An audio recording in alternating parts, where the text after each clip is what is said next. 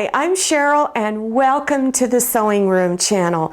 Have you got a quilt top you've just made? Maybe you've got several and you just don't feel like doing the quilting stitches on it and have to deal with the binding, but you wish you could just find a quick method of finishing it. And that's what I'm going to show you today, is how to tie a quilt. You don't need to deal with binding. You don't need to deal with quilting stitches. So here is an example of one that I just did. And so you can see that there's little knots tied at all of the squares where they intersect together. This is a really easy beginner's project. Let's get started. So here is my quilt top right here. And if you haven't already got your fabric prepared for the back, go ahead and cut your fabric the same size as your quilt top. Now, in order to get it to whatever size you made, you might have to stitch 2 or more pieces of fabric together, depending on how big you've made it. Then I'm going to use this polyester extra loft batting because it's thick and it's going to be fluffy. So place your batting down first, then your fabric for the back, and it should be face up, pretty side up. Then take your quilt top and put it front side down. So you're looking at the back of your quilt top. Then place pins around all of the edges to hold it together. Then you're going to do a 1/4 inch seam around all 4 edges, except on one side you want to leave a fairly large opening because you're going to use this opening to turn it front side out. So over here where you see my little pin, this is where I'm going to start. Do back stitches. Then stitch around all 4 sides, and as you come back around to here where the 2 pins are, that's your signal you need to stop. And also do back stitches there. Before you turn it front side out, you want to trim a little bit of fabric off the corner. You want to trim it down to about 1/8 of an inch wide. So just go ahead and trim it across like this. And sometimes I'll take just a little bit off of the side of the corner. So go ahead and go around to all 4 corners and trim some of the fabric off. To turn it front side out, reach in between your fabric for the back and your quilt top and just begin pulling it front side out. Now take your time because you don't want to pull your stitches out that are on each side of your opening.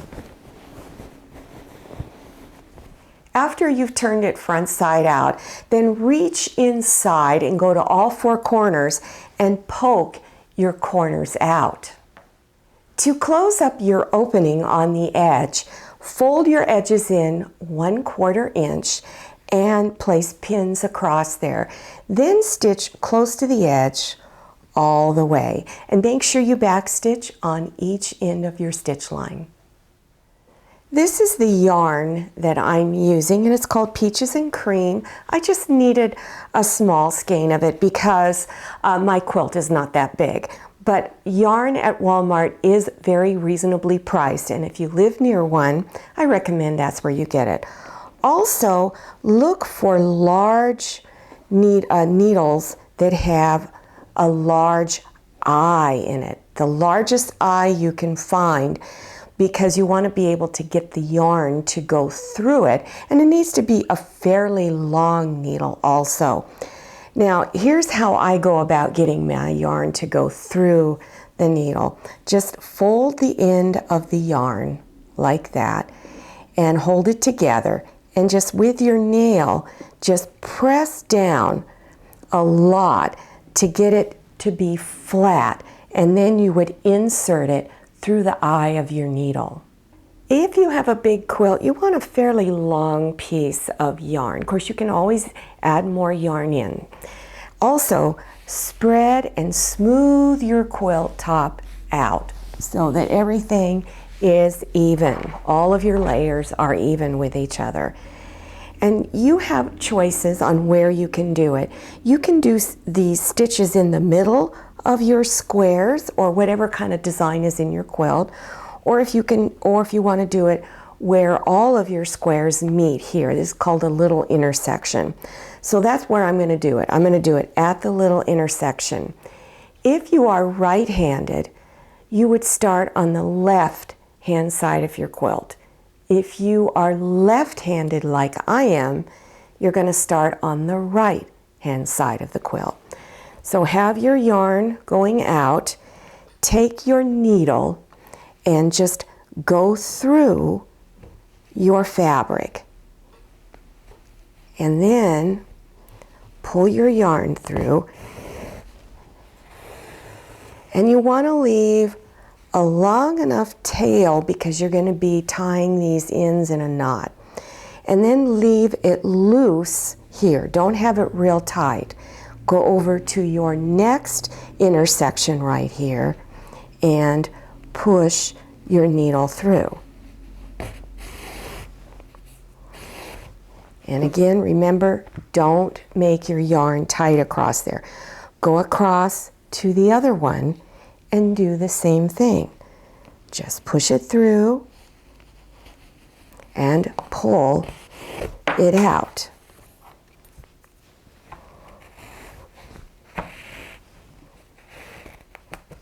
And so then you would keep going across until you get all the way down to the end of the row, and make sure you leave a long tail at the end. Then go to all your other rows and do the same thing. Now this is what it should look like once you have all your yarn on it. Now the next step is I'm going to show you how to cut the yarn and tie it.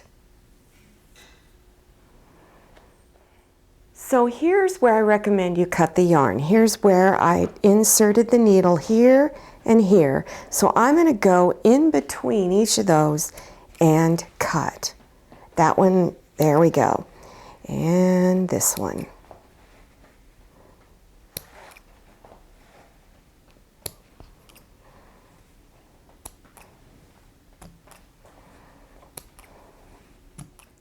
To begin tying, just take each end of the yarn and tie it in a double knot and just pull it real tight that first time and then tie it again and just continue on. Now, this is a great time to get your family together and tie it all as a family project. Now I recommend you take both ends of the yarn at each tie and cut it to where it's the same length. And I'm going to cut mine to about 1 inch long. So go ahead to each one of your knots and trim them to the same length. If you are worried about your knots coming apart when you throw this quilt into your washing machine, you can use something called fray check. It is made by Dritz, and you can find it almost anywhere in craft stores, online, in various stores. So just enter the word fray check, and all you need to do is just put a little drop on top. This is one of my favorite methods for finishing a quilt really fast. So try it, especially if you've been wanting to make a quilt, but you're a little skittish about doing it. This is the one to start with. Now don't forget to follow me on Instagram and go to my Facebook page and check that out. I'm so glad you came by to see the Sewing Room channel. I'll see you next time, and happy sewing. I hope you enjoyed this video. If you did, please click on the thumbs up button, and don't forget to click on share to share this video with your friends. If you haven't subscribed yet, click on that red subscribe button down there in the lower right-hand corner of your screen. Click on the bell so you can receive notifications about my latest videos. I'm Cheryl, and this is Scotty, and this is Manny. See you next time, and happy sewing!